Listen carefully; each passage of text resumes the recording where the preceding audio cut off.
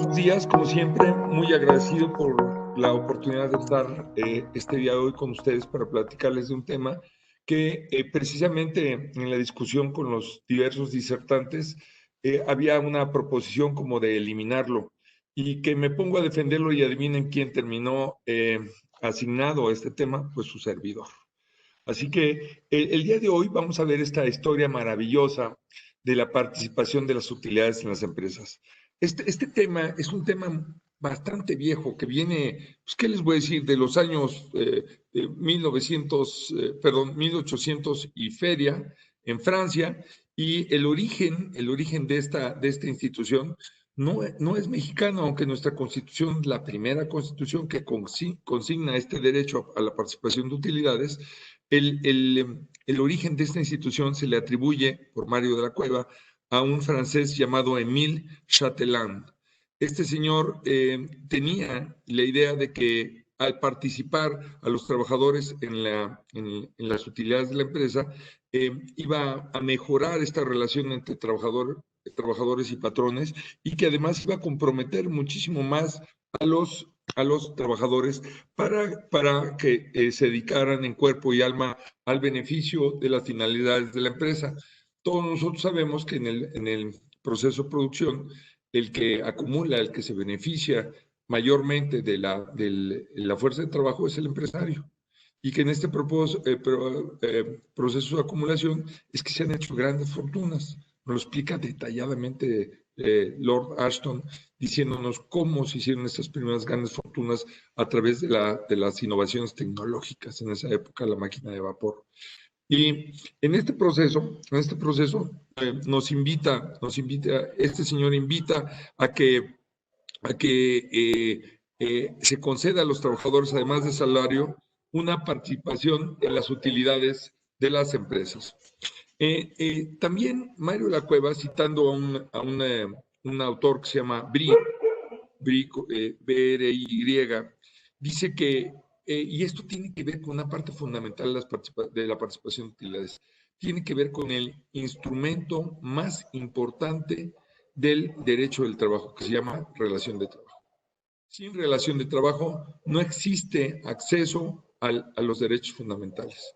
Hay dos mundos: el mundo de las relaciones de prestación de servicios autónomas, en las cuales no existe un vínculo laboral, y existe también otro mundo de trabajo informal, en el cual las relaciones de prestación de servicios tampoco son protegidas debido a su ocultamiento, a estas formas para ocultarlos que utilizan algunos empresarios y que son permitidas indebidamente por las autoridades.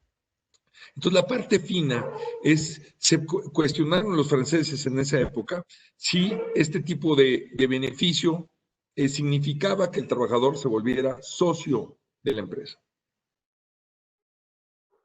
Y se planteaban cuestiones muy importantes. Si a través de esa relación de sociedad el trabajador o el contrato de trabajo desaparecería para volver al trabajador un asociado, siendo el empresario el socio capitalista y el trabajador el socio industrial. De tal manera que en ciertas consideraciones se podría decir que ya no existiría esta relación laboral, sino una relación de socio. Y además se cuestionaba si en esta época, les estoy hablando del siglo antepasado, fíjense, desde allá vienen estas ideas, o sea, tuvieron que pasar 2 siglos para que permanezcamos igual con los mismos problemas. Si esta asociación de los trabajadores con los patrones al recibir participación de utilidades, de alguna forma se traduciría en la intervención de los trabajadores en la administración de la empresa, como sucede con muchos socios. Cuando yo soy socio y tenga cierta participación social, tengo derecho de voz y de voto en las asambleas. Y mis opiniones, mis decisiones son escuchadas por la asamblea y decididas por mi propio voto. Entonces había una inquietud enorme en cuál era la naturaleza de esta relación jurídica.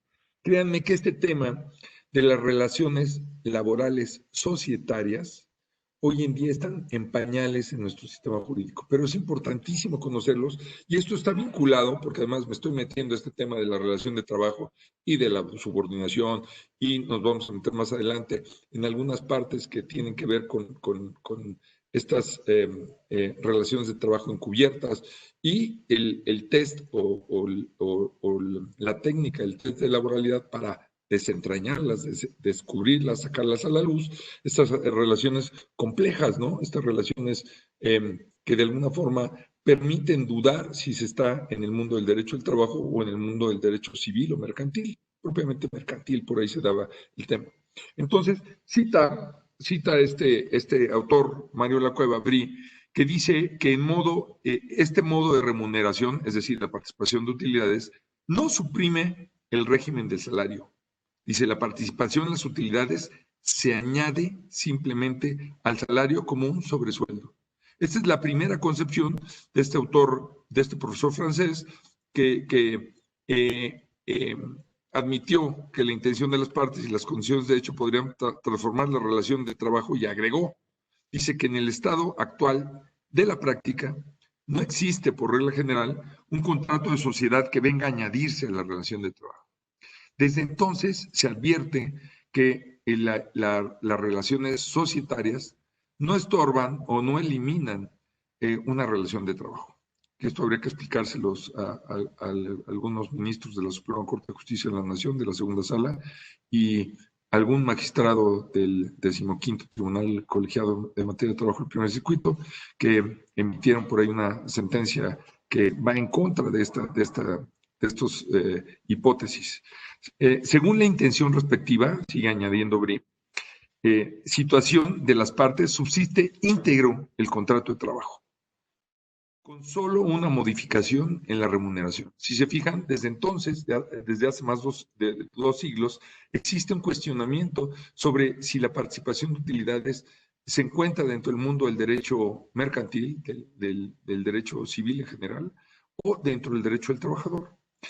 Cita Mario Lacueva al gran civilista, al maestro Marcel Planiol, que se expresa diciendo que el sistema de la participación de utilidades no cambia la naturaleza del contrato. Añade, la participación que a cada obrero corresponde en las utilidades es un suplemento del salario, es variable y siempre accesoria a la relación de trabajo. Este es el elemento principal de la remuneración que deberá pagarse en todo caso. Déjenme decirles que había una asimilación, o en esas épocas hablaban de que era lo mismo una comisión que la participación de utilidades. Y llegaron a la conclusión que no, que la participación de utilidades es un beneficio distinto a la comisión, que está vinculada a los beneficios que obtiene la empresa. En cambio, la comisión siempre está vinculada a lo que hace propiamente el trabajador. Luego, más adelante, vamos a atender cómo existe una nueva forma de participación de utilidades que no tiene que ver esta nueva forma de participación de utilidades, que no tiene que ver con el sistema jurídico constitucional y legal, pero que se traduce en esta participación de utilidades. Entonces, volviendo a esto, cita Mario Lacueva en este libro que mi queridísimo profesor de Derecho del Trabajo me recomendó conseguir hace muchos años, que es el libro de Derecho del Trabajo, pero anterior a la ley de 1970 de Mario Lacueva. José Canudas Escalante, mi querido profe, en paz descanse, siempre fue un conocedor de esta materia. Tuve el privilegio de que fuera mi profesor en ambas materias, Derecho del Trabajo individual y colectivo de trabajo, en la ENEP Acatlán, en la época que me tocó estudiar. Y cita a Mario Lacueva, a un autor también muy citado en esa época por Mario Lacueva y por otros autores, entre ellos el doctor de Buen, Hueck Nipperdey, que dice que el contrato de trabajo se distingue del contrato de sociedad porque en el primero siempre existe un cambio de prestaciones, en tanto que en el contrato de sociedad hay un trabajo en común. Se distinguen también los dos contratos en que el primero supone la subordinación cita la palabra alemana Unterordnung. El trabajador, una subordinación del trabajador al patrono, a diferencia del contrato de sociedad en el que los socios tienen iguales derechos. Por eso nos damos cuenta que de repente en estas grandes firmas de contabilidad que están en el mundo, antes las grandes 4, ahora antes las grandes 5, ahora las grandes 4, tienen a una parte muy importante de su personal que trabaja no para ellos, sino para la empresa, en las instalaciones de la empresa, dentro de un horario, con un pago periódico, con instrucciones en la labor en la que van a desempeñar, pero les dicen, tú no eres trabajador, tú eres socio. Y en el fondo pues, están todos los indicios, todos los elementos de una relación de trabajo, ¿no? Esta parte de ser socio o trabajador, lo que distingue o no, es esta famosa igualdad. Y esta igualdad en los riesgos, esta igualdad que los trabajadores no están dentro de los riesgos empresariales o no participan de los riesgos empresariales, y esta parte de la ajenidad del trabajo.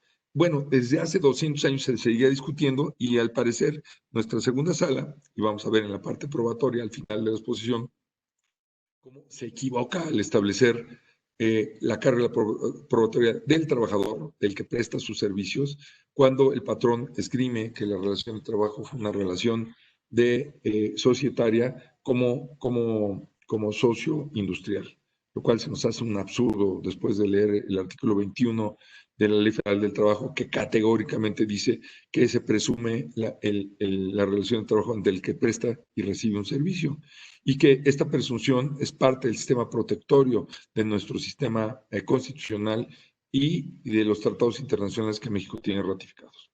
Entonces, ¿qué sucedió? Que desde esas épocas se cuestionó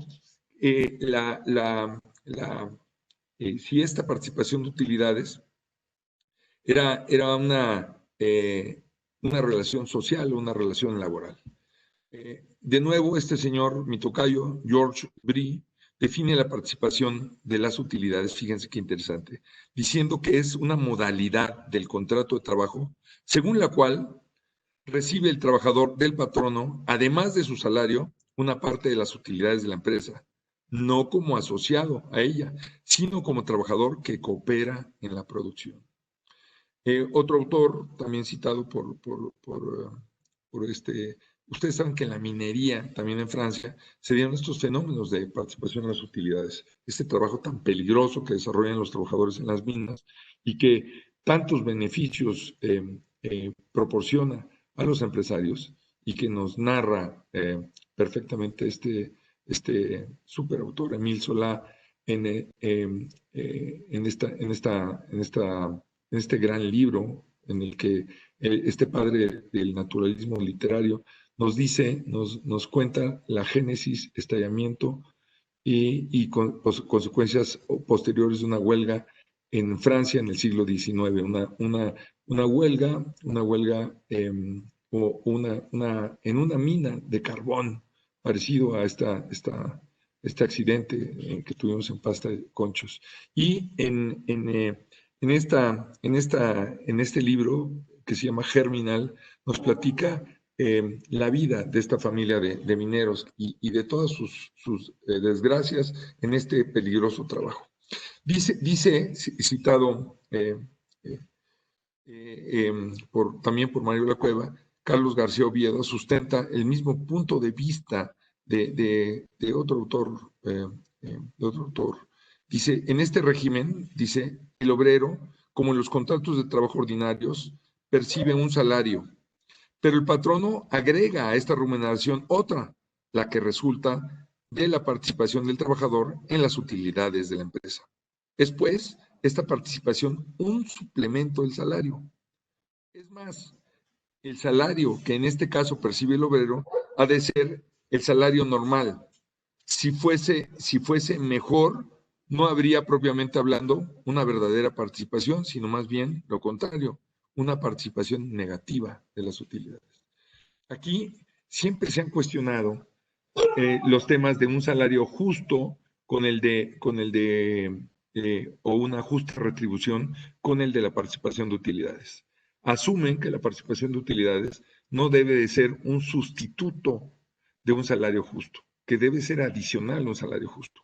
Créanme que también un señor, un autor que se llama Narada Simhan, expresa que la concesión a los trabajadores de una parte de las utilidades netas no podría considerarse en ningún caso como sustituto de un salario equitativo, si no se asegura el pago de salarios equitativos antes de cualquier reparto de utilidades. Aquí en nuestro país tenemos una historia donde hay un sistema perfecto de contención salarial en el que tenemos un salario basura, un salario deplorable, en el que pues, las utilidades serían una especie de sustituto de esa injusta remuneración, pero dice que no debe ser así. Y dice, no se puede hablar de una auténtica participación de utilidades ni se creará el ambiente psicológico favorable que se espera del sistema, si esto sucede, si es un salario injusto, ¿sí? La participación de utilidades, a diferencia del salario, puede estar sujeta a hondas fluctuaciones y los trabajadores no pueden aceptar que venga a reemplazar un salario justo y regular que permita un nivel decoroso de vida. Déjenme decirles que en materia de propina hay una tendencia en Europa de eliminarla y que se basa en este principio. Dice que los trabajadores no pueden depender de su dignidad, de su vida, de sus ingresos apropiados del ambiente que surja con relación al consumo o falta de consumo. Hoy en día vemos a muchos meseros que recibían un salario mínimo de base y unas propinas elevadas, que hoy en día, en esta época del COVID-19, pues este salario mínimo no les serviría para nada, ¿no? O sea, en realidad, el tema en participación de utilidades. Desde 1940 y tantos, 1840 y tantos, desde el siglo antepasado, había un movimiento sindical en Francia que de alguna forma no veía con buenos ojos a la participación de utilidades. Parece absurdo, ¿no? Si el propósito de los sindicatos es mejorar las condiciones de los trabajadores, uno de los 3 grandes propósitos, estudio, mejora y defensa, pero mejorar las condiciones de los trabajadores, ¿por qué los líderes sindicales de esas épocas podrían estar molestos con la participación de utilidades? Pues la consideraban como una trampa para que los trabajadores perdieran su conciencia de clase. Así que al recibir estos beneficios y estar en una condición mucho más benéfica, no tuvieron estas inquietudes para participar unidos en una lucha contra el empresariado. Y que de algunas formas ocasionaba que se perdieran y además en otros términos decían que era tan poco el beneficio que recibían los trabajadores que era como doblemente malo, ¿no? Poco el beneficio y quitaba esta intención de que los trabajadores estuvieran unidos debido a esta situación tan dispareja con los empresarios. Un líder sindical, un viejo líder sindical francés, en un pequeño folleto que escribió en 1945, menciona un resumen de estas críticas. Dice, cualesquiera que sean las modalidades de la participación en las utilidades, individual, semicolectiva o colectiva, la participación en las utilidades de las empresas capitalistas modernas presenta grandes dificultades y no resuelve ningún problema central, que es la justa retribución, ¿no? Expresa en aquellas personas que, de buena fe, creen ver en ella un procedimiento para la emancipación de la clase trabajadora, una gran facultad para forjar ilusiones y surgida de un espíritu social de buena voluntad. Muestra un desconocimiento de las realidades estructurales del capitalismo de nuestros días. En este sentido, y desde 1920, resolvió la Confederación General du Travail lo siguiente. En el sistema capitalista, la participación de utilidades no elimina las dependencias específicas del trabajador asalariado. Y en muchos casos las fortifica. No transforma el presupuesto obrero, Lo aumenta en pequeñas proporciones sin modificar su estructura y es frecuentemente un pretexto para comprimir los salarios. La participación obrera en las utilidades no produce el espíritu de la empresa. Los resultados que se esperan, más bien, servirían para agregar en las relaciones entre trabajadores y patrones nuevos motivos de fricción. Sí, una de las grandes explicaciones que dan los empresarios en el siglo pasado a raíz de la reforma de 1962 que permitió a través de algún sistema que los trabajadores sí tuvieran utilidades, de alguna forma se considera que esta participación debilita a la conciencia de clase.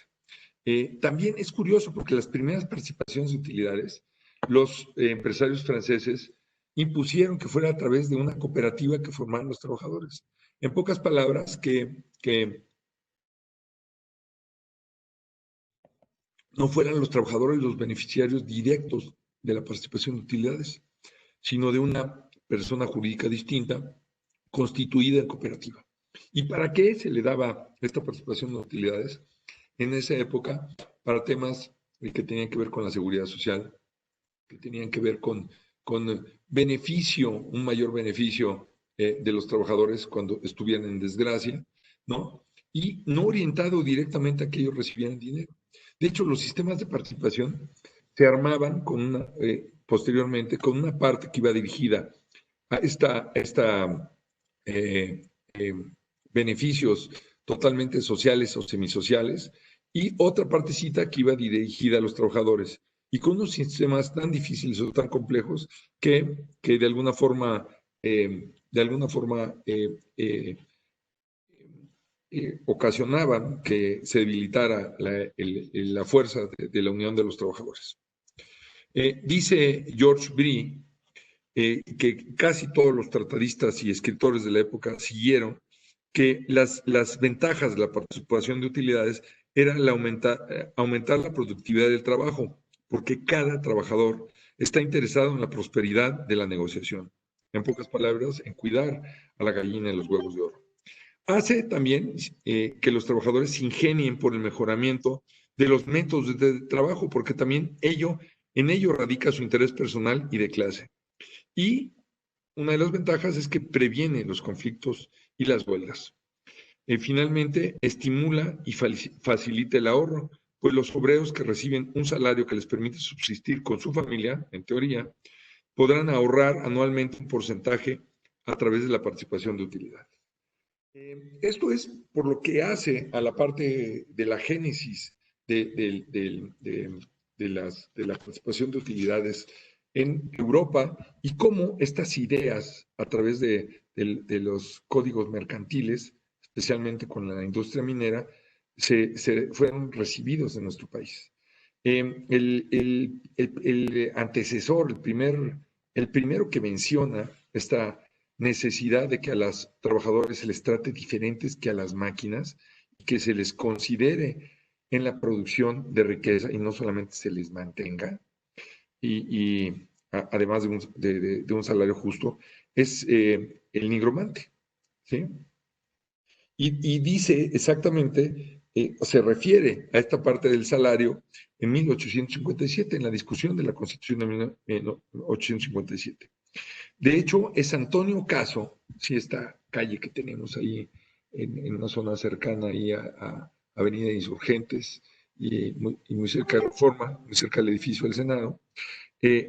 Antonio Caso fue el primero que habló sobre la participación de utilidades en las empresas. Esto se habló en la construcción de la Constitución de 1857, perdón, pero nunca se puso en práctica.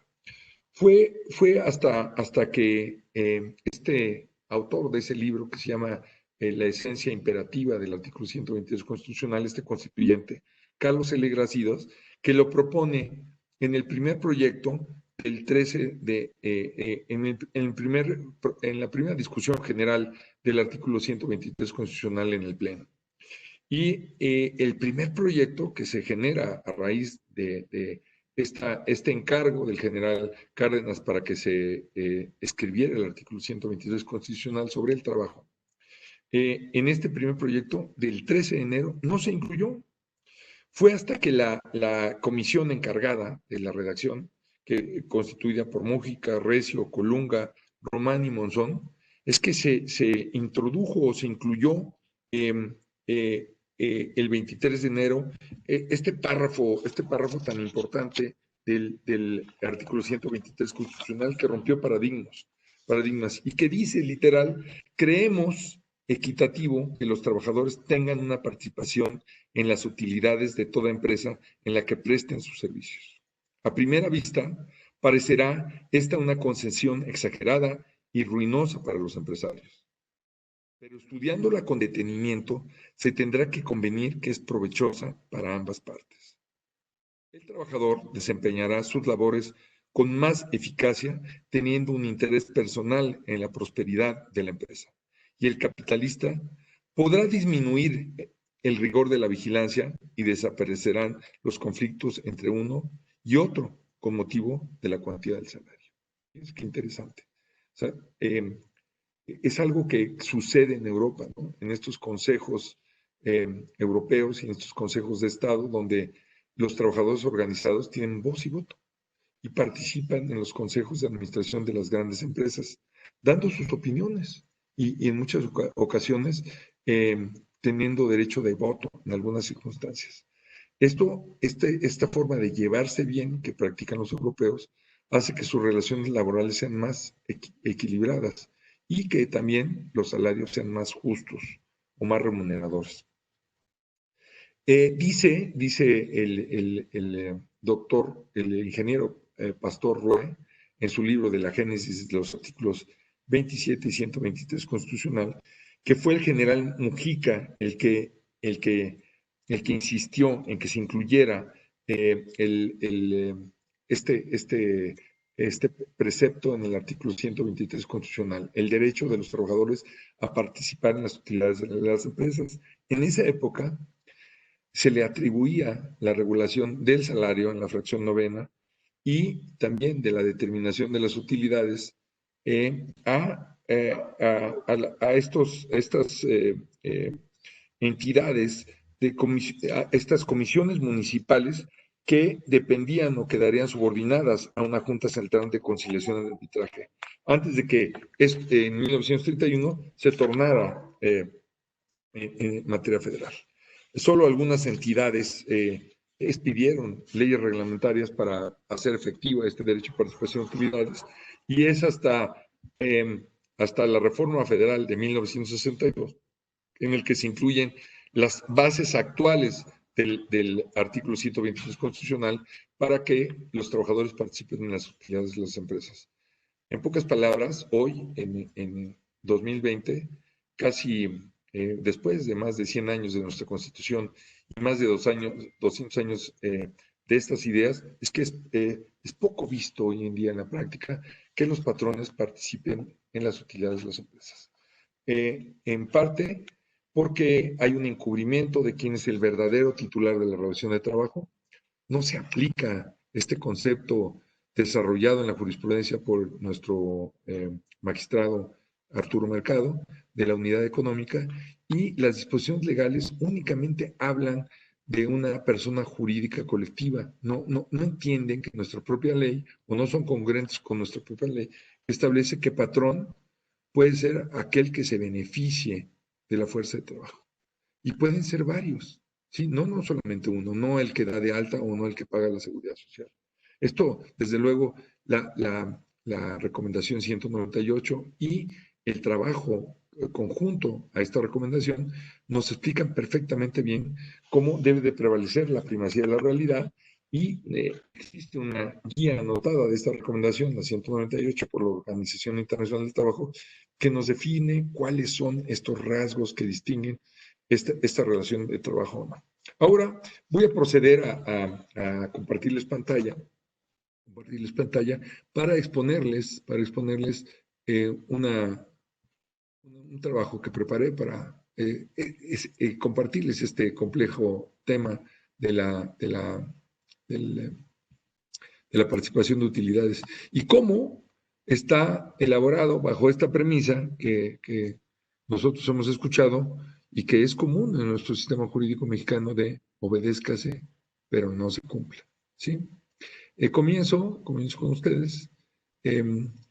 Los temas que me piden el tema de desarrollar son las generalidades de la participación de utilidades, la Comisión Nacional para la Participación de Utilidades, el concepto de renta gravable, el procedimiento y objeciones a la determinación de la declaración sobre utilidades, los plazos de pago, los factores de cálculo, la participación individualizada por la Comisión Mixta, las empresas que no están obligadas a participar en las utilidades de los trabajadores, algunas condiciones especiales de los trabajadores subjetivas que impiden que reciban utilidades o que requieren ciertas condiciones para que las reciban, y desde luego la competencia de los tribunales laborales.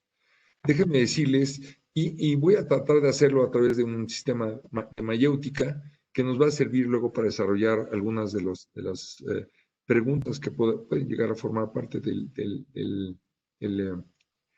banco de preguntas del instituto y del Poder Judicial del Estado de México para elaborar estos concursos en los que ustedes probablemente resulten triunfadores para ocupar las diferentes categorías que se ofrecen en esta cambio de impartición de justicia laboral provocado por este evento exterior, que son los tratados internacionales del TEMEC y también del PPT, y que se tradujo en la reforma constitucional de 1917. La primera pregunta que nos hacemos en el tema de mayéutica: ¿en qué cuerpo legal se encuentra establecida la participación de los trabajadores en las utilidades de las empresas? Y vamos a ver más adelante que esta parte está más compleja porque existe una parte fiscal administrativa de la participación de las utilidades, que va más allá de las normas laborales. Pero la participación de utilidades de la empresa es un derecho consagrado en la Constitución Política de los Estados Unidos Mexicanos desde 1967 y perfeccionado en 1962 por este presidente ciudadano o de a pie, don Adolfo López Mateos. ¿Sí? Puede decirse que es un derecho de la comunidad de los trabajadores de una empresa a percibir una parte de los resultados del proceso económico de producción y distribución de bienes y servicios. Contestando a la pregunta, se encuentra contemplada en la Constitución Política de los Estados Unidos Mexicanos, concretamente en el artículo 123 constitucional, apartado A, y fracción novena de la Ley Federal, y en la ley, fracción novena, perdón, y en la Ley Federal del Trabajo de los artículos del 121 al 131 de la Ley Federal del Trabajo. ¿Se deje esto? Muy bien. ¿Cómo se integra esta comisión que fija los salarios y cada cuando se reúne? Fíjense que desde principios del siglo pasado, nuestra Suprema Corte ha ayudado o se ha prestado para que este derecho no sea eficaz. Ha establecido que si bien la Constitución establece el derecho, o establecía, le estoy hablando de los principios de nuestra Constitución de 17 y de nuestra Ley Federal de 1931, que si bien es cierto era un derecho de los trabajadores, también era cierto que no se podían fijar si no se cumplían con los procesos determinados. Lo que sigue sucediendo hoy en día, si no se agota el procedimiento de determinación individual de las utilidades, es imposible exigir su pago o su cumplimiento. Es un tema muy triste. El sistema desarrollado para de buena fe tratar de obtener cuál sería la cantidad que corresponde a cada trabajador, tomando en consideración los diferentes factores. Les platicaba que antes parte de los beneficios de la participación de utilidades se daban a los trabajadores por los días que hubieran trabajado, ¿no? O por sus horas de trabajo, ¿sí? Y que otra parte de esas utilidades se le daba a la comunidad para que se utilizara para beneficio de la colectividad en materia de seguridad social y otros beneficios. Pero hoy en día nuestro sistema jurídico va más allá, establece una división casi social de estos beneficios para evitar de que alguien se quede con la mayor parte. Y después vamos a explicar. Entonces, ¿cómo se integra? Fíjense que esta comisión refleja este tripartismo que fue creado por nuestra Constitución en 1917 y que este tripartismo, no crean que fue idea exclusiva de los constituyentes en 1917, sino fue precisamente el producto de una constitución local del trabajo, de una ley del trabajo local en Veracruz, que estableció la existencia de las juntas de conciliación y arbitraje. Y tampoco esta constitución local la inventó. En realidad proviene de un conflicto enorme en la que hubo huelgas generales en todo el país, en Nueva Zelanda. Y la forma en que resolvieron estos conflictos fue a través de unos sistemas de negociación en el que ponían una mesa en la que en el centro estaba el gobierno, en un extremo estaban los trabajadores organizados, sus comisiones, y en el otro extremo los patrones. Los patrones reacios para participar en estas negociaciones, porque ellos consideraban que nadie se podría meter en este reino de lo que era su empresa. Y sin embargo, este sistema fue muy exitoso para evitar este estallamiento de huelgas, motivo de la declaración de independencia de Nueva Zelanda de la Gran Bretaña. Y fue tan exitoso que fue utilizado después en Bélgica y desde luego se adoptó aquí en México perfeccionándolo. Tanto que, como cuenta el profesor Trevor Urbina, gran parte de lo que constituye la constitución de la OIT en el Tratado de Versalles es una reproducción de nuestro artículo 123 constitucional en cuanto a varios de sus derechos, entre ellos el de la jornada máxima, ¿no? Entonces, dice la fracción novena del apartado A del 123 constitucional que esta Comisión Nacional está integrada por representantes de los trabajadores, de los patronos y del gobierno. Ha sido satanizado hasta más no poderse que esta estructura no funciona. En realidad, lo que no funciona es lo que los mexicanos hicimos con esta institución del tripartismo. El tripartismo funciona, está vivo, y tan es así que ahí está la Organización Internacional del Trabajo funcionando desde esta plataforma del tripartismo. Y muchas otras organizaciones están así. La verdadera causa del ocaso de la impartición de justicia por las juntas de conciliación y arbitraje no fue el tripartismo, sino la forma en la que se implementó. Sin representatividad, ¿no? Donde el sindicalismo era representativo en cifras de expertos como Arturo Alcalde, como el doctor Bouzas o como de la Garza, en menos de un 3%. Sí, el sindicalismo real, el representativo. Los demás eran simulaciones o simplemente ausencia de sindicalismo. Entonces, de esta forma, la representación que se da en las juntas es una representación no real de los representantes de los trabajadores. Y con los patrones sucedía algo parecido. Entonces, el tripartismo no se dio o no se llevó a cabo, no por culpa del tripartismo, sino por esta estructura falsa, no representativa, que se incrustaba en las juntas de conciliación y arbitraje, donde además a los representantes, como actualmente sucede, hacen como que les pagan, ¿sí? Y finalmente, el gran causante del rezago y de la lentitud en la impartición de justicia fue la falta de vocación del gobierno, la falta de este interés político de que se resolvieran los puntos debidamente. Mientras que en materia civil o en materia mercantil o en materia de amparo había suficientes recursos o mucho más recursos, la materia laboral siempre fue el patito feo de la impartición de justicia. ¿Qué esperamos? Y que por lo menos tenemos la conciencia que en el Estado de México así sucede, se corrija para que en el futuro esto no suceda. Y que también este gobierno no sea cínico y ponga los intereses económicos, personales, tecnológicos e institucionales para que ese casi millón de juicios que está pendiente en las juntas de conciliación y arbitraje sí se pueda desahogar, porque si esto no sucede, esos 4 años se van a volver en 20 años. Como algunos de los que sabemos de este proceso nos consta. Entonces, después, ¿cómo se integra esta comisión? Dice que esta comisión podrá revisar el porcentaje fijado cuando existen nuevos estudios e investigaciones que los justifiquen. Fíjense que esta comisión se reúne, se supone que cada 10 años, o cuando el gobierno considera que es necesario, para fijar una comisión que ha tenido diferentes porcentajes. Actualmente es el 10% de un concepto que vamos a ver más adelante, de la utilidad gravable. Esta comisión, dice, practicará las investigaciones y realizará los estudios necesarios y apropiados para conocer las condiciones generales de la economía nacional. No podemos matar a la gallina de los huevos de oro. A eso se refiere este párrafo.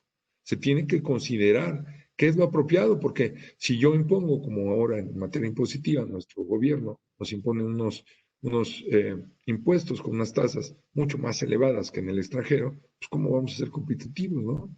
Y donde sin hacer nada, de repente son los ganones, ¿no? En unos porcentajes que muchas veces pues indignan, sobre todo por la parte en la que luego estos beneficios no se utilizan correctamente, ¿no? Entonces, dice que también tomará en consideración la necesidad de fomentar el desarrollo industrial del país.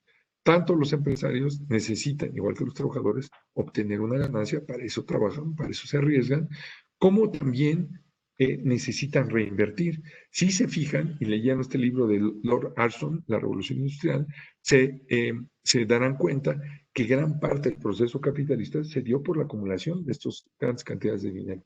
Y parte del tema es que lo reinvierten, ¿sí? Para que la empresa siga creciendo. Entonces, dice que debe haber un interés razonable que percibe el capital y el proceso de reinversión de capitales. ¿Qué se toma como base para determinar el monto que las empresas conforme a la ley deben de pagar? ¿Qué dice la ley del impuesto sobre la renta? ¿Qué es lo que debe tomarse como base para pagar la participación de utilidades? Dice que para determinar el monto de las utilidades, cada empresa tomará como base la renta gravable, de conformidad con las disposiciones de la ley del impuesto sobre la renta. Los trabajadores podrán formular ante la oficina correspondiente a la Secretaría de Hacienda y Crédito Público las objeciones que juzguen convenientes, ajustándose al procedimiento que determine la ley. Desde hace 2 siglos se discutía que si se permitía la participación de las utilidades de los trabajadores en las empresas, debería de romperse ese velo corporativo que impedía que cualquier extraño se asomara a las finanzas de los patrones. Y por eso, muchas veces, este derecho a participación de las utilidades en los ejercicios que se dieron en Europa antes de nuestra nación, se volvía de risa, porque no existía una manera real de revisar qué es lo que estaba ganando el patrón, si una comisión de los trabajadores formaba parte de este consejo de administración. Y en algunos momentos se otorgó este derecho, muy interesante. Hoy en día esto se llama cogestión obrera, en la que los grandes sindicatos participan tomando o opinando en las decisiones importantes de la empresa que tienen que ver con su funcionamiento. Luego, ¿cuál es el marco jurídico? Desde luego que hay varios reglamentos que tienen que ver con entre ellos, la impugnación de la declaración del patrón ante la Secretaría de Hacienda. Pero en términos generales está la Ley Federal del Trabajo, la Ley del Impuesto sobre la Renta, el reglamento de la Ley del Impuesto sobre la Renta, el Código Fiscal de la Federación, desde luego las resoluciones misceláneas, en este caso la de 2020. También importante porque hoy en día está reflejado en este documento en los recibos digitales que ahora se tienen que timbrar por los patrones hacia los trabajadores, la guía de llenado del CFDI nómina. ¿A quién corresponde el derecho a formular objeciones a la declaración, al patrón? Pues a dos colectivos, a la mayoría de los trabajadores o a los sindicatos. Los trabajadores individualmente no pueden formular ninguna clase de objeción y lo tienen que hacer ante la Secretaría de Hacienda y Crédito Público. ¿Por qué hizo esto el legislador ordinario? Para evitar que los patrones engañaran al gobierno con sus utilidades. Si hay alguien consciente de qué es lo que produce, cuántos camiones salen de producto, cuáles son los insumos que se adquieren, qué es lo que se está trabajando, son los propios trabajadores. Entonces, cuando el patrón sale con la broma de que, ay, les tengo una mala noticia, fíjense que no ganamos nada, es más, perdimos, los trabajadores pueden cuestionarlo ante la Secretaría que se dedica a la supervisión de los trabajadores por esta razón. Y que es precisamente la Secretaría de Hacienda y Crédito Público. Entonces, ¿qué sucede?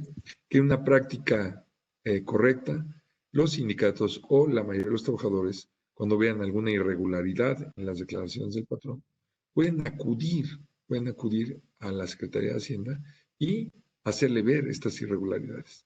Sin embargo, en la praxis muy lamentable del sindicalismo mexicano, Esto fue como un motivo de una gratificación adicional para que se taparan un ojo y no vieran cualquier tema que tuviera que ver con eso, ¿no? En donde algún sindicalismo estaba más en favor de los empresarios que de los propios trabajadores. Que a raíz de la reforma constitucional de 2017, pues esto, aunque no suceda inmediatamente, tendrá que desaparecer necesariamente. Luego, el artículo 120 de este marco jurídico que ya mencionamos, que es la ley del impuesto sobre la renta, el artículo 120 dice que para los efectos de esta ley se considera utilidad en cada empresa esta frase maravillosa, acuñada desde hace muchos años, la renta gravable. Fíjense que existían dos grandes formas de abordar el tema de la participación de utilidades. Págame un porcentaje del dinero que ingresas, ¿sí?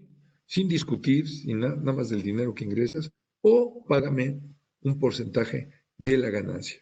Cuando se habla de utilidades, pues debería de ser sobre la ganancia, pero en términos prácticos resultaría mucho más fácil que fuera como un impuesto indirecto al total de los ingresos del empresario, aunque al final resulta que tenga pérdidas.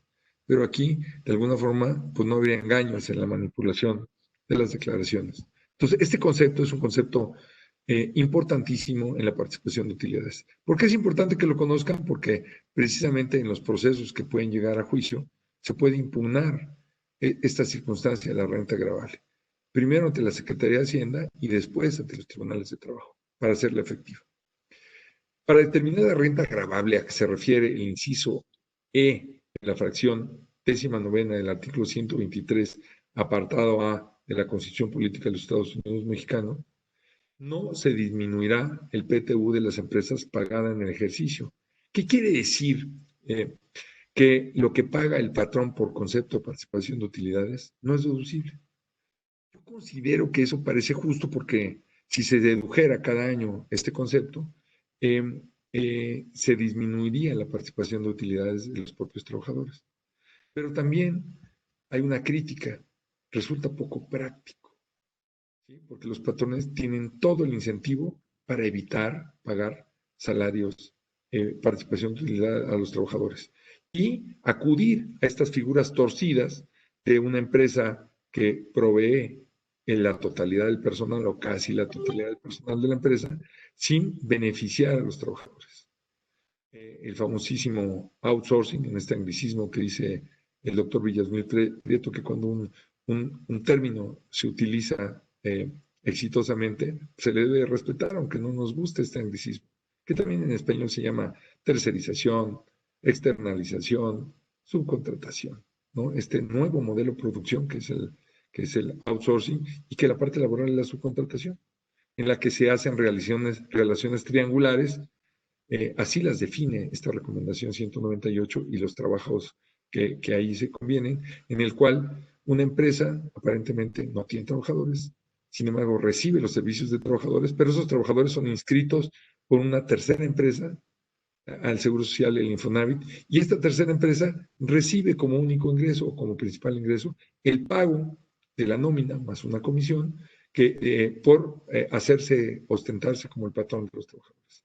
Estas relaciones triangulares que el magistrado Arturo Mercado con mucha claridad define como el de una unidad económica. ¿Sí? Esto es importante, ¿no? Para cuando se discuta si debe de existir o no esta pluralidad de los patrones para efectos de la ley del impuesto sobre la renta. Dice que no se disminuirá. Entonces, un mecanismo probable que podría fomentar el pago de las utilidades es obligar a todos los patrones, a todas las empresas, aunque no tengan trabajadores, a hacer el pago. Pero si beneficia a los trabajadores, permitir una disminución o que se deduzcan este pago si sí lo reciben individualmente los trabajadores. A lo mejor no al 100%, pero sí una parte importante. Esto mejoraría de alguna forma las economías de las empresas y beneficiaría abiertamente a los trabajadores.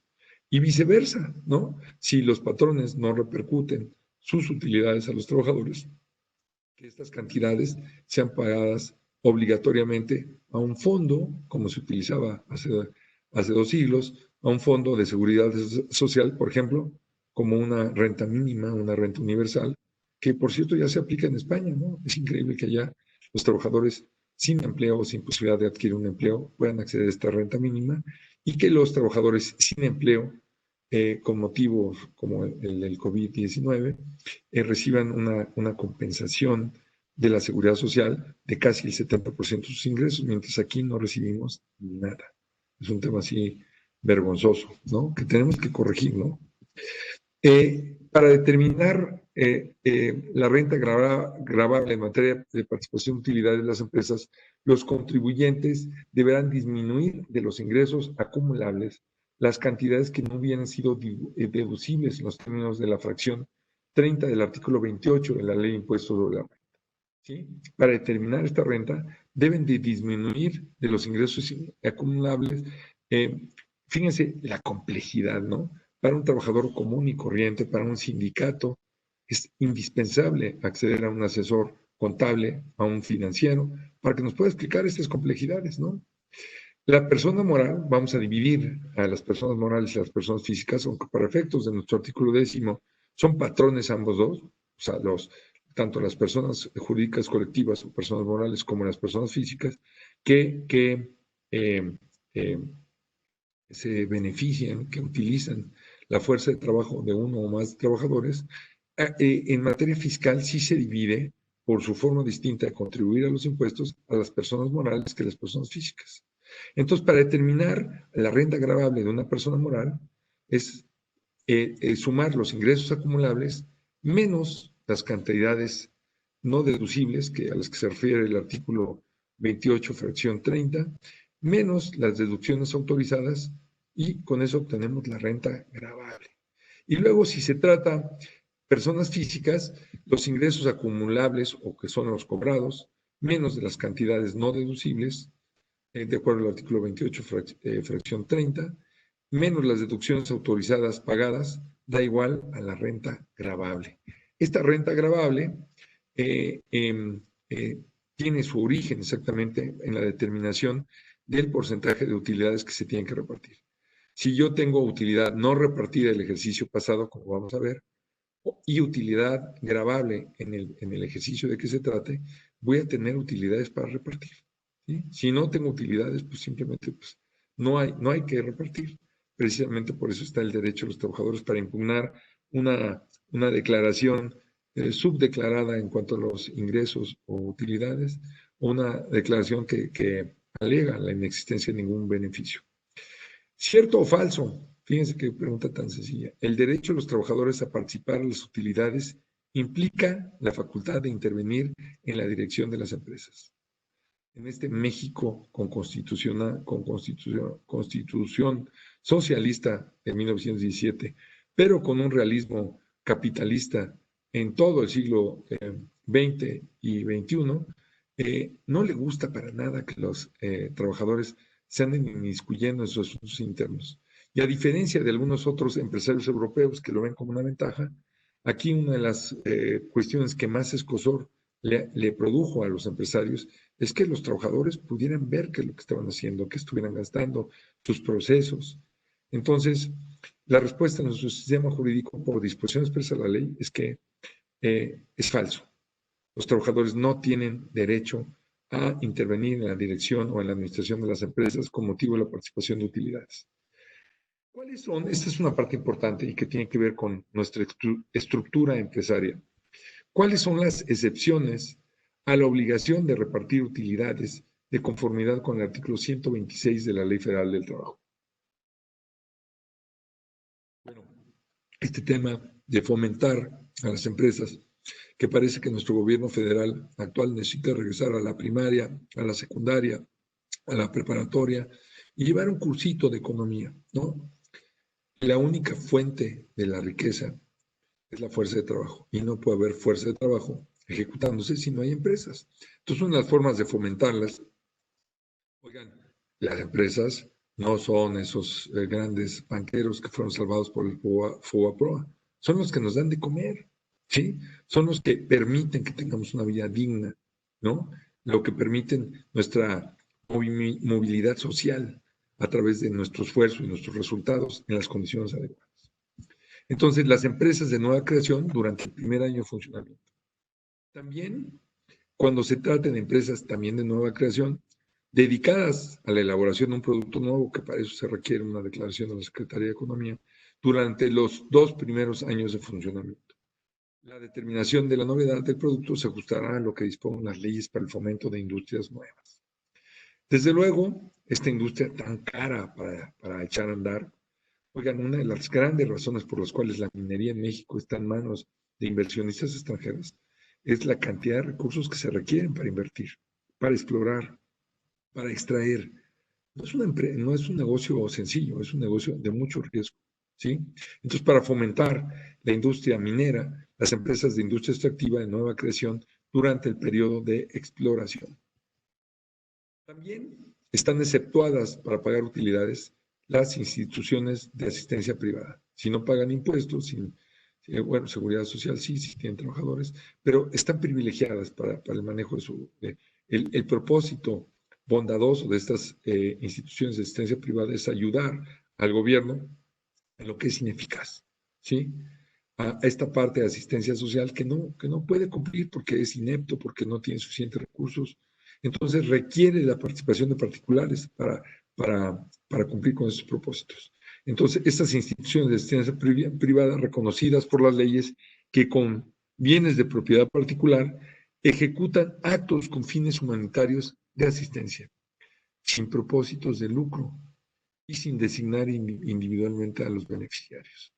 Estas empresas, de alguna forma, han sido reglamentadas en diferentes lugares, especialmente en la Ciudad de México, para que quienes administran solamente puedan obtener hasta un 20% de los ingresos de estas sociedades y que no se vuelvan unas operaciones mercantiles disfrazadas. Desde luego, resulta absurdo que el Instituto Mexicano de Seguro Social y las instituciones públicas descentralizadas con fines culturales, asistenciales o de beneficencia contribuyan. Oigan, pero si hay otras empresas de participación estatal mayoritaria o minoritaria, o hay otros organismos descentralizados que no tienen esos fines culturales, asistenciales y de beneficencia y que los trabajadores deberían de recibir. Sin embargo, ya saben que nuestro sistema jurídico se sigue aquella máxima mencionada por el querido doctor de Buen, de hágase la voluntad de Dios, pero en los bueyes de mi compadre. También dice el artículo 126 que aquellas empresas que tengan un capital menor, 300,000 pesos, del que fije la Secretaría del Trabajo y Previsión Social por ramas de industria, previa consulta con la Secretaría de Industria y Comercio, que ahora es la ECO. La resolución podrá revisarse total o parcialmente cuando existan circunstancias económicas importantes que lo justifiquen. Aquí reconoce este precepto legal que mucha de la fuerza de trabajo y que sigue subsistiendo es producida casi el 80% por pequeños empresarios. De tal forma que si son estos pequeños esfuerzos, muchas veces pagar esta participación de utilidades podría ocasionar una situación de quiebra o de falta de incentivación al industrial. ¿Cómo funciona el pago de participación de utilidades de empresas cuyos ingresos derivan exclusivamente de los que se dedican al cuidado de los bienes que produzcan o al cobro de créditos y intereses o que sean de su propio trabajo, ¿no? En lugar de que haya este proceso industrial que provengan. Bueno, el monto de la participación de los trabajadores al servicio de personas cuyos ingresos derivan exclusivamente de su trabajo y el que se dedican al cuidado de bienes que produzcan rentas o al cobro de créditos y sus intereses, dice nuestra Ley Federal del Trabajo que está topado a un mes de salario. O sea, en pocas palabras, si yo tengo 800 edificios y se dedica una empresa a administrar esos edificios y esta empresa ingresa miles de millones de pesos de utilidades o de renta gravable, solamente están limitados a un mes de salario. Y tiene una razón de ser, porque este tipo de actividades generalmente no tienen como origen la producción de riqueza por parte del trabajador, sino por parte del patrón, por su propio trabajo o del producto de una riqueza que fue previamente desarrollada o creada. ¿Cuándo deben de pagarse las utilidades de la participación de utilidades? Aquí siempre hay una confusión. Resulta que las personas morales y las personas físicas pagan en diferentes momentos. Entonces, la fecha en la que se debe pagar, la que se debe declarar, perdón, es el 31 de marzo de 2020 y tiene que pagarse a más, o sea, el plazo máximo de la declaración es el último día de marzo de 2020 o de cualquier otro año, a menos que se modifique, y debe de pagarse dentro de los 60 días naturales. La fecha límite para el pago de utilidades por participación de utilidades, a menos que haya utilidades adicionales determinadas por esta reclamo, por esta declaratoria de la Secretaría de Hacienda, de un reparto adicional, tienen que pagarse a más tardar el 30 de mayo de 2020. Esto es importante porque a raíz del un día siguiente de este día, que es el 31 de mayo, comienza a correr la prescripción que establece el artículo 516 para reclamarlas. ¿Cuándo se deben de pagar si es persona física? Bueno, la fecha en la que se debe pagarse el impuesto anual, en la actualidad es el 30 de junio de 2020, ahí están estas reglas, la 13.2. El término son los 60 días naturales siguientes y se convierte el 29 de agosto de 2020. Entonces hay que tomar en cuenta la fecha en la que debe de declararse y la fecha en la que debe de pagarse, que son 60 días naturales después, no meses, días naturales. Aquí viene un tema que cuando me toca hacer ejercicios con los compañeros de licenciatura o en otros grados, cuando hacemos ejercicios prácticos de distribución de la participación de utilidades, recuerdan que ellos entraron a la carrera de Derecho porque las matemáticas no eran su fuerte. Y aquí vamos a utilizar aritmética de tercero de primaria a recordar estos temas. ¿Cómo funciona la participación de utilidades en estas empresas? El artículo 123 establece que la utilidad se dividirá en dos partes iguales. Les platicaba que en la historia, esta europea, a veces los trabajadores se quedaban con del 20%, con el 5%, del 10% o del 15% se quedaban solamente con el 40%, y el resto se utilizaba para otros fines sociales o de la comunidad, no individuales. Nuestra ley adopta un sistema que refleja el propósito de distribuir riqueza. Déjenme decirles que recientemente leí un artículo del Oxfam que me sorprendió o que me llamó, de alguna forma me sorprendió. Dice déjenme buscarlo. Dice que el 1% de la población mundial acapara el 82% de la riqueza generada el año pasado, mientras que la mitad más pobre no se benefició en absoluto. ¿Qué es lo que quiere decir esto? Que tenemos una crisis de distribución de la riqueza, que a pesar de todos los mecanismos que tenemos establecidos para que haya un justo precio de las remuneraciones, de las compensaciones del salario, no está operando adecuadamente. Ha sido tan escandaloso esta pérdida del poder adquisitivo del salario en México que los propios sindicatos norteamericanos y canadienses han presionado a sus gobiernos para que a su vez nos pongan el pie en el pescuezo, como este compañero desgraciadamente muerto por un policía abusivo, Floyd, para que precisamente sus gobiernos pongan el pie en el cuello y nos exijan que tengamos salarios dignos a través de la recomendación de la utilización de sus propios sistemas laborales. En pocas palabras, esta nueva implementación en materia colectiva, que supongo algunos de los profesores de este claustro del instituto y del Poder Judicial del Estado de México les va a explicar, de alguna forma, este mecanismo que se propuso es para transparentar y democratizar a las organizaciones sindicales, de tal forma que hay una verdadera representatividad. Entonces, aquí se propone que las utilidades se dividan en dos partes, ¿sí? El 50% considerando el número de días trabajados y la segunda parte en proporción al monto de los salarios devengados. Y vamos a ver que tratándose de determinado tipo de trabajadores, cuando ganan mucho dinero, de repente nos ha tocado conocer en empresas donde los trabajadores ganan menos de 10,000 pesos y el gerente gana 250,000, ¿no? ¿no? O un funcionario menor. Entonces, existen algunas reglas para impedir que gran parte de esta distribución de la riqueza diseñada en nuestra Constitución de 17 y que podría ser un mecanismo para mejorar este tema de la composición del salario de nuestro país, bien empleado, bien desarrollado, funcionara. ¿Sí? Entonces, ¿cuáles son los días trabajados? Cuando se toma en cuenta el concepto de días trabajados, son aquellos en que existió prestación del servicio por parte del trabajador. ¿Recuerdan cuando vimos los temas de suspensión de los efectos de la relación de trabajo? Vimos que había una famosa interrupción de la relación de trabajo, en la cual no trabajaba, pero sí me pagaban salario. Y otra, una suspensión en la que se suspendían los efectos para pagar el salario y de trabajar. Entonces, hablando del tema de utilidades, ¿cuáles son aquellos días en los que deben de considerarse para participación de utilidades? Aquellos en el que hubo prestación del servicio por parte del trabajador, con el consecuente pago del salario por parte del patrón. Bueno, hay excepciones, las madres trabajadoras durante los periodos pre y postnatales. Y también, una de las excepciones, son los trabajadores víctimas de un riesgo de trabajo durante el periodo de incapacidad temporal. ¿Sí? Esos dos se toman en cuenta en su tiempo de trabajo. ¿Qué sucede con las ausencias por enfermedad general o accidente que no constituye riesgo de trabajo? ¿Sí? Ausencia por enfermedad no justificadas, ¿no? Permisos con goce de sueldo, permisos sin goce de sueldo.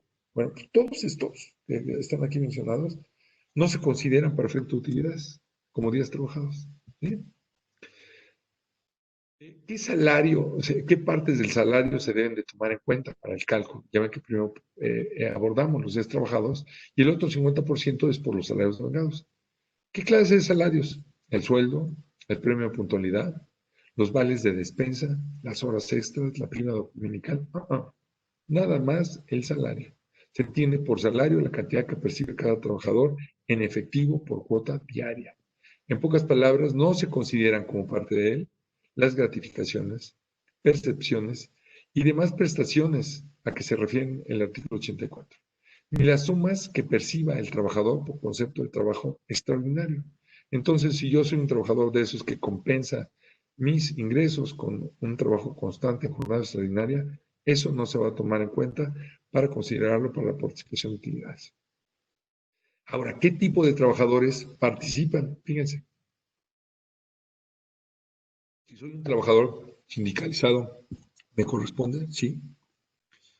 Si soy un trabajador que no está afiliado, pero tampoco soy de confianza y soy de planta, esto es, no soy un trabajador eventual, también tengo derecho. Si soy director general, gerente general o administrador, no. Es una aplicación de la fracción segunda del artículo 127.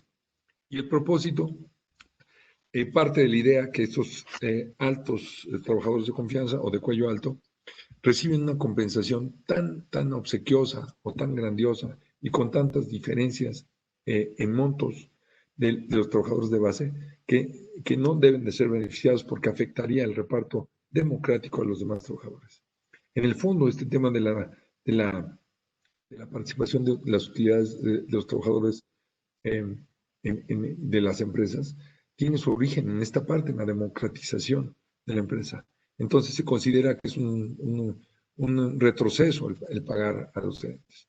Ahora, ¿qué pasa con aquellos trabajadores por tiempo u obra determinado, los eventuales? Sí, siempre y cuando hayan trabajado 60 días. ¿Sí? Y también hay que considerar que existe un tope, ¿sí? Como, igual que los de confianza.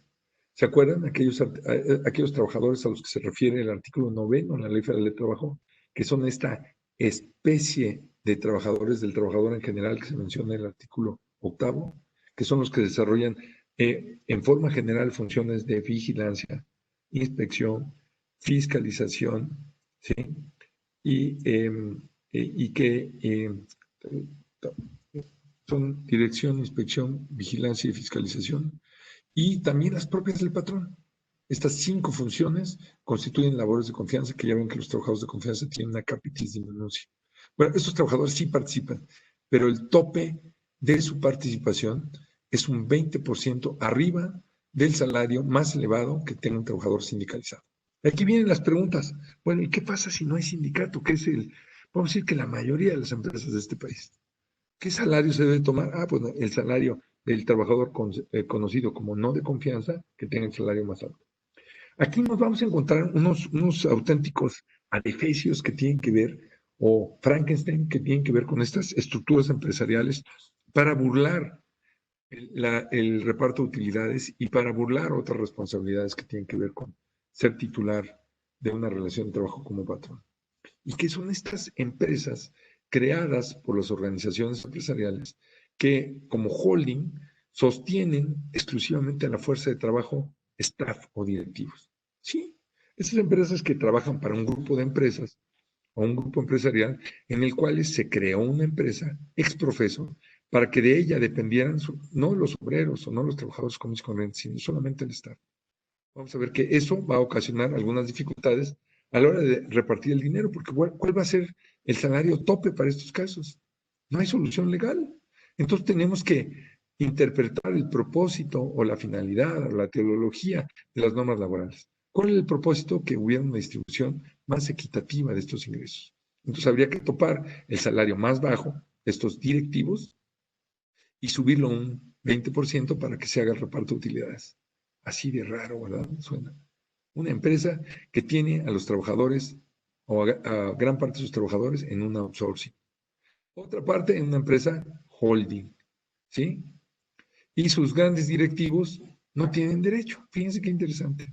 De tal manera que las pocas utilidades que recibe esta empresa que tiene al staff o a los trabajadores de alta dirección o de confianza van a ser beneficiados en la proporción que quiera el patrón, porque él es el que les va a generar esos ingresos a través de sus estructuras. ¿Qué sucede, de acuerdo a los criterios jurisprudenciales de nuestro Poder Judicial Federal, cuando no se es el director general o no se es el gerente general?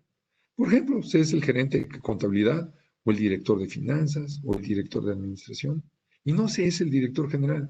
Dice nuestra Suprema Corte y las tesis en el Poder Judicial Federal que estos funcionarios de confianza sí tienen derecho porque la interpretación que se tiene que hacer de las excepciones tiene que ser una interpretación restrictiva, de tal manera que si no están incluidos expresamente, sí son beneficiarios de estos derechos.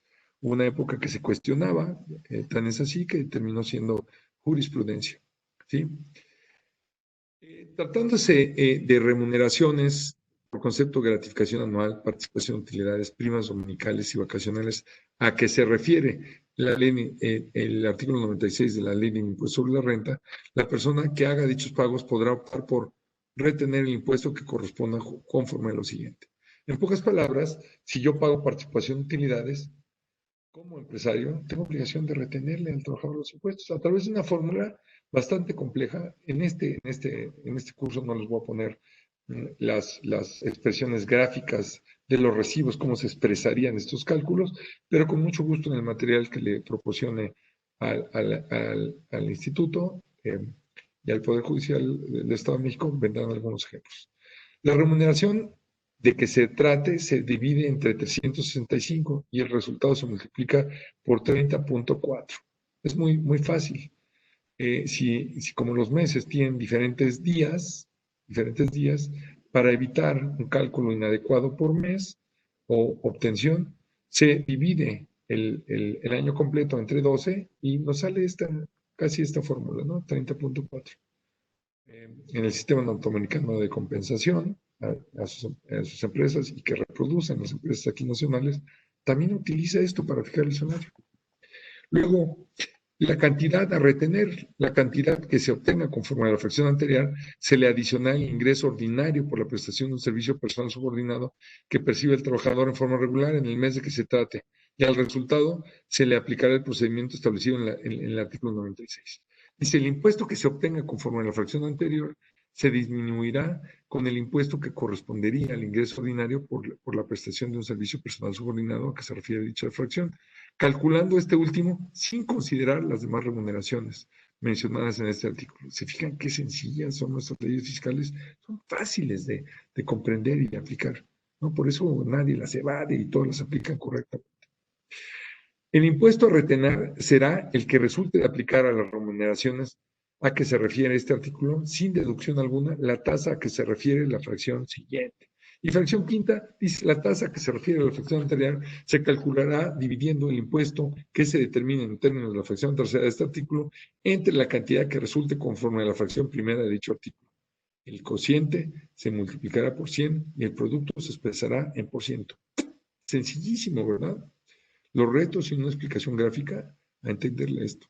La verdad es que así están las leyes fiscales simplificadas. Integra el salario la participación de utilidades. Vimos que la mayoría de los autores consideraron que siendo la participación de utilidades producto de un esfuerzo de los trabajadores y de este resultado obtener ganancias de las empresas como conjunto, porque no fueron los únicos, se consideraba como un aumento, una añadidura al salario, como una prestación adicional al salario, como otras más. Sin embargo, esta consideración significaría que tendría impactos inmediatos en diferentes beneficios. Por ejemplo, en el aguinaldo, por ejemplo, en las vacaciones, por ejemplo, en la prima de vacaciones, y desde luego para efectos de cotización de la seguridad social. Entonces, ¿cuál fue la opción de nuestro sistema jurídico? Considerar que para efectos legales, contrario a lo que establece el artículo 84 de la Ley Federal del Trabajo, las utilidades no se computarían como parte del salario para los efectos de indemnizaciones que se deben pagar a los trabajadores, aunque, déjenme decirles, sí participan de todos los sistemas de protección del salario. Qué interesante, ¿no? ¿Prescribe el derecho a participación de utilidades? Es una pregunta capciosa. Sí, y si no, ¿por qué no? ¿Por qué sí o por qué no? Pues curiosamente tiene doble respuesta. Sí prescribe individualmente, ¿sí? Si el trabajador no exige o no va a cobrar sus utilidades, prescribe. Pero no prescribe para la masa de los trabajadores, porque este monto no repartido se suman a la participación de utilidades del ejercicio siguiente. Por cierto, cuando existe una determinación de un mayor número de días de participación de utilidades de los trabajadores, dice la, eh, la ley que cuando se haga este reparto adicional eh, y ya no se puede afectar el ejercicio en ese momento, se afectará al siguiente ejercicio, se compensará al siguiente ejercicio. ¿Cuáles son las etapas del proceso de participación de utilidades? Estos ejercicios son desde luego obtenidos de las obras del doctor Néstor de Buen, que es un maravilloso redactor de textos jurídicos en materia de trabajo, y también del queridísimo doctor José Dávalos Morales. Primero, el primer paso es la integración de una comisión nacional, está en nuestro artículo 575 de la Ley Federal del Trabajo. Luego, ya integrada esta comisión, la fijación del porcentaje a nivel nacional, que actualmente es del 10%, la formulación del balance por parte del patrón, determinando la utilidad, artículo 120 de la Ley Federal del Trabajo, la presentación del patrón de la declaración anual ante la Secretaría de Hacienda y Créditos Públicos.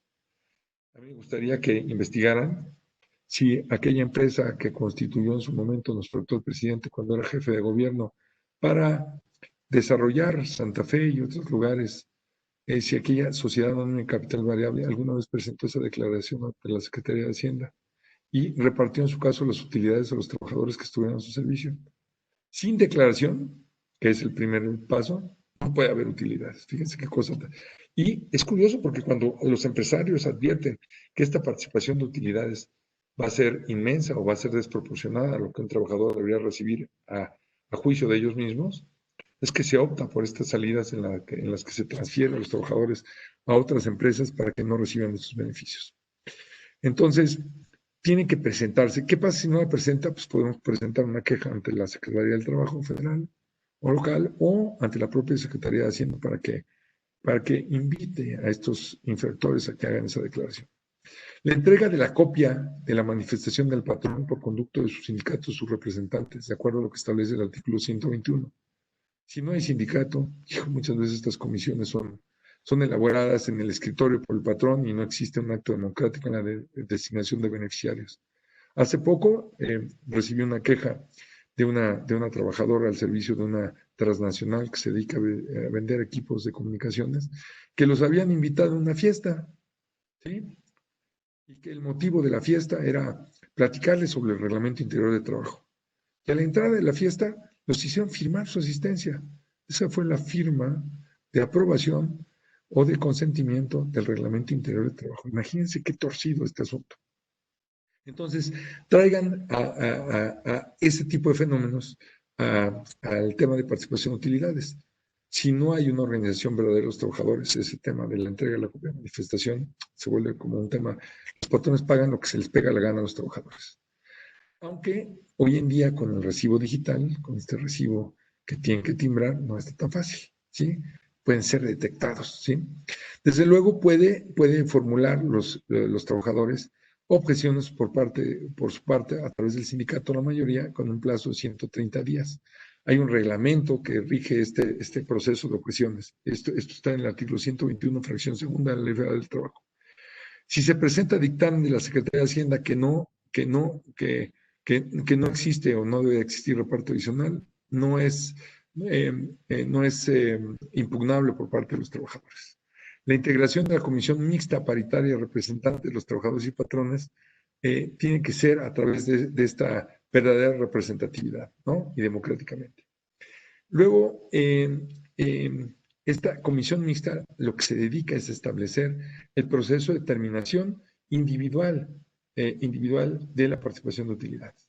Ya saben, el campo muestral son días trabajados, el campo muestral es el monto del salario con los topes establecidos y el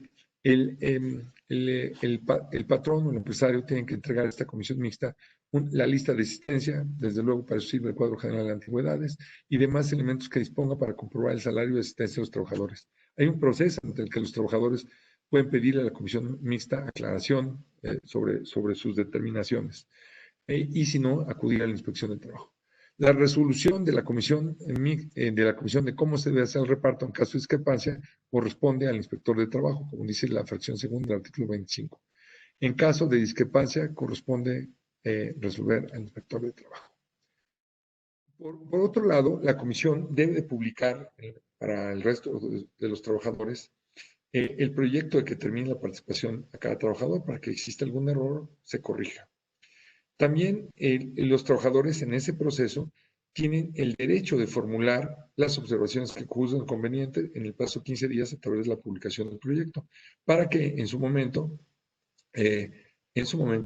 no haya errores o injusticias. La resolución de la comisión después de estas observaciones por parte del trabajador es de 15 días. Y el pago de las utilidades que debe de efectuarse entre los 60 días siguientes a la fecha tope de pago del impuesto anual, como establece el artículo 122. Si la Secretaría de Hacienda y Crédito Público aumenta posteriormente el monto de la renta gravable, entonces correrá un nuevo plazo de prescripción, ¿sí? Dice el artículo 123 de la Ley Federal del Trabajo que la autoridad repartible se dividirá en dos partes iguales. La primera se repartirá por igual entre todos los trabajadores, tomando en consideración el número de días trabajados por cada año de servicios, independientemente del monto de los salarios, con las excepciones que ya pusimos para las madres trabajadoras pre y postparto, y también para los trabajadores que tuvieron una incapacidad con motivo de un riesgo de trabajo. La segunda se repartirá en proporción al monto de los salarios devengados por el trabajador por el trabajo devengado de un año. Esto sin considerar todos los accesorios y acuérdense exclusivamente sobre el salario base, realmente, y con los topes del 20% tratando de trabajadores de confianza que ganen mucho más dinero. Para determinar el salario se tomará en cuenta únicamente la cantidad que percibe el trabajador en efectivo por cuota diario. Si el salario es variable, se promediarán las percepciones obtenidas en el año. Esta es una fórmula distinta a lo que establece el artículo 89, que establece los últimos 30 días efectivamente elaborados cuando es variable el salario. En consecuencia, cada trabajador percibirá una cantidad por el número de días trabajados durante el año y otra proporcional al salario devengado en el año. Es una regla de 3, ¿sí? ¿Qué sucede con los directores, administradores y gerentes? No participan en las utilidades conforme establecido por el artículo 127, fracción primera. Los trabajadores de confianza sí participan, pero aumentando su salario hasta un 20% del salario máximo de los trabajadores sindicalizados o del trabajador sindicalizado con más alto salario o su equivalente, con la misma característica. de acuerdo con lo establece el artículo 127, fracción séptima. ¿Se deben considerar en servicio activo las madres trabajadoras durante los periodos pre- y postnatales? Sí, como lo establece la fracción cuarta del 127. También se hace la aclaración que el trabajo en el hogar, el trabajo doméstico, no participa en la participación de utilidades. Normalmente los hogares no son lugares donde se produce riqueza, ¿no? Los trabajadores eventuales, siempre que hayan laborado 60 días al año, por lo menos en los términos del artículo 107, fracción séptima. Una de las nuevas disposiciones establece que las sucursales también tienen derecho a la participación de utilidades en un intento para atraer a aquellas empresas que utilizaban la tercerización o el outsourcing, como diciéndole, aquí las utilidades van a ser de todos, no nada más de las empresas. ¿Cierto o falso? Se harán compensaciones de los años de pérdida con los de ganancia. Eso es falso. El artículo 128 dice que no se pueden hacer compensaciones en los años de pérdida con los de ganancia, porque los trabajadores no son socios, ¿sí?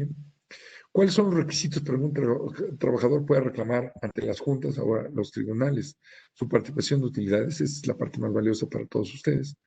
Pues para que el trabajador pueda reclamar, el pago de su participación de utilidades es preciso que su monto se encuentre establecido en cantidad líquida por la comisión mixta y que esté precisamente determinado después de seguir el procedimiento que señala la ley. Si yo reclamo una cantidad que no ha sido resuelta por la comisión mixta, mi reclamación será improcedente. Fíjense qué curioso. Se queja Mario de la Cueva que en sus inicios la Suprema Corte de Justicia estableció que sí tenían derecho los trabajadores a la participación de utilidades, pero que pues, la Corte no podía determinar cuál era el monto individual de cada uno de esos, ni ningún tribunal de trabajo, que para eso estaban los procedimientos establecidos en la ley. En pocas palabras, hizo nugatoria el acceso a la participación de utilidades. Y ahora en esta nueva tesis, que es de la cuarta sala, también dice lo mismo, que es carga la prueba del trabajador, acreditar que se agotaron. Fíjense, esto va en contra del principio general de la carga de la prueba en general y además del principio ontológico de la carga de la prueba y del principio que establece el artículo 784 que el que tiene los elementos es el que tiene que probar. Dice esta tesis en general que no depende del patrón del establecimiento individual del monto preciso que corresponde a cada trabajador por utilidades, el individual. Entonces, que en todo caso tienen que decidir el inspector de trabajo si no se ponen de acuerdo. Y que la determinación de la comisión del inspector será definitiva. Y entonces dice en esencia que si no se ha agotado esto, el que tiene que probar que ya se agotó es el trabajador. Cuando decir todo lo contrario en los términos de los artículos 804, 805, 784 y 828 de la Ley Federal del Trabajo. Dice, cuando el trabajador demanda cantidades líquidas por este concepto y afirma en su demanda que se sigue el procedimiento correspondiente, dice que no basta tener por contestar la demanda en sentido afirmativo. Ah, caray, entonces ¿para qué sirve la prueba en contrario? Si se fijan en la posición de nuestra Suprema Corte de Justicia, en realidad es regresiva. En lugar de establecer todas las facilidades para que este derecho constitucional que requiere el cumplimiento de nuestra máxima norma legal, le pone todas las trabas y todas las dificultades. Aquí está el texto de la tesis, que se las dejo para que lo lean con todo cuidado. Y finalmente, pues no me resta más que agradecerle su paciencia por haber estado en esta nueva plática y finalmente espero tener la oportunidad que me concedan el instituto y los consejeros del Poder Judicial del Estado de México para platicar con ustedes sobre los derechos humanos laborales e incluir dentro de estos los principios generales del derecho en materia de trabajo que rigen o que son rectores de materia de trabajo. Si no es así, pues me despido de ustedes y les deseo todos los éxitos en los procesos de evaluación que se traduzcan en su inclusión como miembros de la impartición de justicia en materia de trabajo dentro del Poder Judicial en el Estado de México. Muchas gracias. Hasta luego.